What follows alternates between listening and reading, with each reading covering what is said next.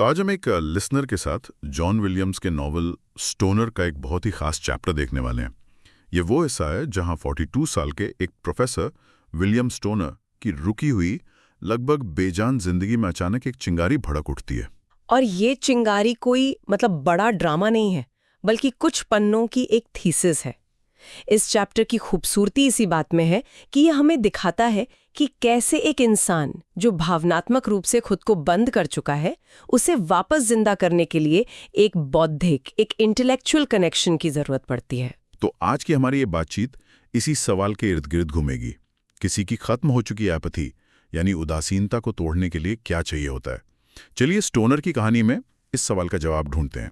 तो कहानी की शुरुआत में स्टोनर 42 साल के हैं और एक अजीब से शून्य में जी रहे हैं। सोर्स में एक शब्द इस्तेमाल हुआ है, अनरियलिटी। ऐसा लगता है जैसे वो अपनी ही जिंदगी को दूर से देख रहे हैं, इसमें उनका कोई हिस्सा नहीं है। ये एक मिडलाइफ क्राइसिस से ज्यादा गहरा है। ये सालों की निराशा का नतीजा है। उनकी शादी टूट चुकी है, बेटी दूर चली गई है, और जिस एकेडमिक दुनिया से उन्हें प्यार था वो भी अब सिर्फ एक बोझ बन गई है। अच्छा। तो जब वो आईने में खुद को देखते हैं और पहचान नहीं पाते, तो वो सिर्फ शारीरिक बदलाव नहीं है, वो अपनी उस पहचान को खो चुके हैं जो उन्हें स्टोनर बनाती थी, एक जुनूनी स्कॉलर। और शायद इसीलिए जब कैथरीन ड्रिस्कॉल नाम की एक युवा इंस्ट्रक्टर अचानक उनके ऑफिस में आती हैं, तो वो एक बाहरी दुनिया का दखल जैसा लगता है जिससे स्टोनर का कोई वास्ता ही नहीं रहा। बिल्कुल। कैथरीन अपनी थीसिस के कुछ पन्ने लेकर आई हैं और चाहती है कि स्टोनर उस पर अपनी राय दें। और स्टोनर का जो रिएक्शन है वो बहुत कुछ कहता है। वो मना नहीं कर पाते, लेकिन उनके अंदर रत्ती भर भी उत्साह नहीं है। हाँ, ऐसा लगता है कि वो बस किसी तरह इस काम को टालना चाहते हैं।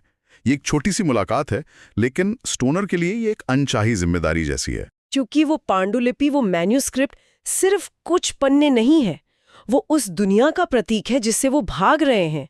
उसे पढ़ने का मतलब है फिर से किसी चीज में दिलचस्पी लेना, अपनी राय देना और शायद बहस करना। वो इन सब चीजों से थक चुके हैं। मतलब वो फिर से कोई भी भावना महसूस करने से डरते हैं, चाहे वो अच्छी हो या बुरी। सही बात है। तो स्टोनर को ये पांडुलिपि मिलती है, लेकिन वो इसे कई दिनों तक टालते रहते हैं। साफ है कि वो किसी भी तरह के अकादमिक या भावनात्मक जुड़ाव से बचना चाहते हैं। हाँ, वो पांडुलिपि उनकी मेज पर एक चुनौती की तरह पड़ी है। और ये जो उनका डर है, वो सिर्फ काम का डर नहीं है, ये अपनी ही उस पुरानी पहचान से सामना करने का डर है जिसे वो दफना चुके हैं। वो जुनूनी स्कॉलर जो साहित्य में खो जाता था। अच्छा। उस पहचान को वापस अपनाने का मतलब है ये मानना कि पिछले कई साल उन्होंने खोखली जिंदगी जी है। मजबूरी में उसे पढ़ना शुरू करते हैं। अब फिर एक स्विच ऑन हो जाता है। ये सिर्फ अच्छी राइटिंग की तारीफ नहीं है ना? बिल्कुल नहीं। ये एक तरह का इंटेलेक्चुअल रिकग्निशन है। स्टोनर कैथरीन के शब्दों में, उनके विश्लेषण में अपने ही मन की, अपनी ही आत्मा की झलक देखते हैं। दशकों से वो एकेडमिक दुनिया में अकेले थे। उन्हें कभी कोई ऐसा नहीं मिला जो साहित्य को उसी गहराई और जुनून से देखता हो जैसे वो देखते हैं। आज पहली बार उन्हें कोई ऐसा मिला है। ये एक असाधारण पल है। और वो इतने खो जाते हैं कि उन्हें समय का ध्यान ही नहीं रहता। जब वो पढ़ना खत्म करते हैं तो वो अपनी अपॉइंटमेंट से 1.5 घंटा लेट हो चुके होते हैं। और यहाँ किरदार में एक बहुत बड़ा बदलाव आता है। उनका पहला रिएक्शन शर्मिंदगी का नहीं है, वो उत्साह से भरे हुए हैं। सालों बाद उनके अंदर कोई तीव्र भावना जागी है। वो भागकर अपने ऑफिस जाते हैं। 1 मिनट तो वो अपनी अपॉइंटमेंट भूल गए। सेक्रेटरी ने उन्हें ताना मारा, और इसके बावजूद उनका पहला ख्याल माफी मांगना नहीं, बल्कि ये है कि मुझे ये खुशी की खबर कैथरीन को बतानी है। ये तो किरदार में एक बहुत बड़ा बदलाव है। हाँ, क्योंकि वो बौद्धिक उत्साह उनकी सामाजिक झिझक और उदासीनता पर हावी हो गया है। वो सोमवार तक इंतजार नहीं कर सकते हैं। वो डायरेक्टरी से कैथरीन का पता ढूंढते हैं और उनके अपार्टमेंट की तरफ चल पड़ते हैं। पहली बार कुछ ऐसा है जो उनके अपने आराम और डर से ज्यादा जरूरी है। वो फिर से जिंदा महसूस कर रहे हैं। वो कैथरीन के बेसमेंट अपार्टमेंट का दरवाजा खटखटा दें। जब कैथरीन दरवाजा खोलती है तो स्टोनर उन्हें एक अलग ही रूप में देखते हैं। और फिर वो बात करना शुरू करते हैं। और उनकी बातचीत बहुत दिलचस्प है। वो पांडुलिपि के बारे में बात कर रहे हैं, लेकिन असल में वो एक दूसरे के बारे में बात कर रहे हैं। ये अकादमिक चर्चा उनके लिए एक दूसरे को समझने का एक सुरक्षित जरिया है। स्टोनर उनसे कहते हैं, तुम्हें इसे छोड़ना नहीं चाहिए। और फिर कैथरीन उस पुराने सेमिनार का जिक्र करती हैं जिससे जुड़ी कुछ कड़वी यादें हैं। तब स्टोनर एक बहुत गहरी बात कहते हैं। वो कहते हैं, इन सब बातों से फर्क नहीं पड़ता, ये सब मायने नहीं रखता। और जैसे ही वो ये कहते हैं, उन्हें खुद एहसास होता है कि ये बात जितनी कैथरीन के लिए सच है, उतनी ही उनके लिए भी। सालों से वो अपनी निराशाओं, अपनी असफलताओं के बोझ तले दबे हुए थे। उस एक पल में वो बोझ हल्का हो जाता है। मतलब वो सिर्फ कैथरीन को तसल्ली नहीं दे रहे, वो खुद को भी आजाद कर रहे हैं। बिल्कुल। उस शाम के बाद चीजें बदल जाती हैं। स्टोनर उनसे मिलने के बहाने ढूंढने लगते हैं, कभी कोई किताब देने, कभी किसी अनुवाद में मदद करने। लेकिन एक अजीब सा तनाव भी है। हाँ, क्योंकि बौद्धिक जुड़ाव तो हो गया है, लेकिन भावनात्मक जुड़ाव अभी भी डरावना है। स्टोनर को अपनी उम्र, अपनी असफल जिंदगी का एहसास है। उन्हें लगता है कि वो एक हास्यास्पद इंसान है जिसमें कैथरीन जैसी युवा प्रतिभाशाली महिला कभी दिलचस्पी नहीं ले सकती। उनका आत्मसम्मान इतना कम है कि वो यकीन ही नहीं कर पाते कि वो किसी के लिए खास हो सकते हैं। और यही वो हिस्सा है जो बहुत निराशाजनक है और बहुत स्टोनर जैसा भी। वो इस नए रिश्ते को एक मौका देने के बजाय पीछे हटने का फैसला कर लेते हैं। वो धीरे धीरे उनसे मिलना बंद कर देते हैं। ये क्यों करते हैं वो? ये अजीब है, लेकिन ये स्टोनर के किरदार के लिए बिल्कुल फिट बैठता है। वो टकराव से इतना डरते हैं और उनका आत्मसम्मान इतना कम है कि वो सीधा बात करने के बजाय गायब हो जाना बेहतर समझते हैं। वो एक तरह से खुद को सजा दे रहे हैं। हाँ, उन्हें लगता है कि वो इस खुशी के हकदार नहीं है, इसलिए वो इसे खुद ही खत्म कर देते हैं, इससे पहले कि कोई और करे। ये बहुत दुखद है।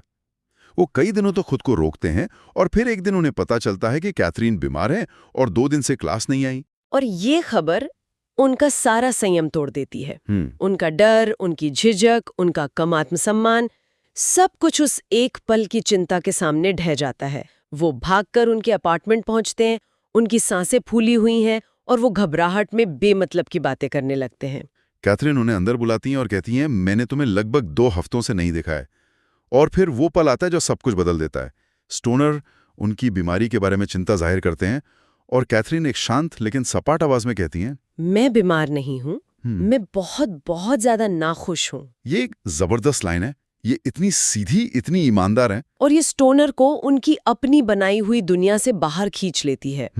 अब ये उनकी अपनी असुरक्षाओं के बारे में नहीं है, ये एक दूसरे इंसान के दर्द के बारे में है, जिसे उन्होंने शायद अनजाने में दिया है। आखिरकार वो हिम्मत करके सच बताते हैं कि वो क्यों दूर हो गए थे। उन्हें लगा कि वो कैथरीन पर अपनी भावनाएं थोप रहे हैं। और तभी कैथरीन वो कहती हैं जो स्टोनर को खुद को बचाने से रोक देती है। हाँ, वो धीरे से लेकिन पूरी दृढ़ता से कहती हैं, चुप हो जाओ मेरे प्रिय, चुप हो जाओ और यहाँ मेरे पास आओ। ये एक कमाल का पल है। वो स्टोनर को उनकी अपनी ही सोच के जाल से बाहर निकालती हैं। वो पहल करती हैं और उस खामोशी को तोड़ती हैं जिसे दोनों ने अपने चारों ओर बना रखा था। स्टोनर कांपते हुए उनके पास जाते हैं और वो एक दूसरे को गले लगा लेते हैं। और यहाँ लेखक हमें प्यार के बारे में एक नई समझ देते हैं। हाँ, लेखक कहते हैं कि 43 साल की उम्र में स्टोनर को एहसास होता है कि प्यार एक मंजिल नहीं बल्कि एक प्रक्रिया है, एक सफ़र है जिसमें आप दूसरे इंसान को हर रोज़ थोड़ा और जानते हैं। वो लिखते हैं कि जिस इंसान से आप पहली बार प्यार करते हैं वो इंसान नहीं होता जिससे आप आखिर में प्यार करते हैं। मतलब आपको हर पल उस इंसान से दोबारा प्यार करना सीखना पड़ता है जो वो बन रहा है। बिल्कुल। तो एक अकादमिक पांडुलिपि से शुरू हुई कहानी 2 लोगों के एक दूसरे को समझने और अपनाने के सफर में बदल जाती है। वो दोनों जो इतने शर्मीले और अकेले थे, धीरे धीरे एक दूसरे के सामने खुलते जाते हैं। और इस तरह स्टोनर की जिंदगी में जो लगभग खत्म हो चुकी थी, बसंत के लंबे होते दिनों के साथ एक नया अध्याय शुरू होता है। तो स्टोनर के जीवन के इस मोड़ की कहानी हमें दिखाती है कि कैसे एक बौद्धिक चिंगारी एक पूरी जिंदगी को रोशन कर सकती है। ये अध्याय ये भी बताता है कि जुनून, चाहे वो बौद्धिक हो या भावनात्मक, एक ही ऊर्जा से आता है। स्टोनर के लिए साहित्य से प्यार और कैथरीन से प्यार अलग अलग नहीं है, एक ने दूसरे के लिए दरवाजा खोला। जीवन हमें उस वक्त सबसे ज्यादा हैरान करता है जब हम उससे सारी उम्मीदें छोड़ चुके होते हैं। सही बात है। ये हमें सोचने पर मजबूर करता है कि क्या हम सब अपनी जिंदगी के कुछ हिस्सों को बंद कर देते हैं ये सोचकर कि वो खत्म हो गए, और क्या होता है जब कोई आकर उस बंद दरवाजे पर दस्तक देता है। और यही सवाल हम अपने लिसनर के लिए छोड़ जाते हैं। इस गहरी बातचीत में हमारे साथ शामिल होने के लिए शुक्रिया।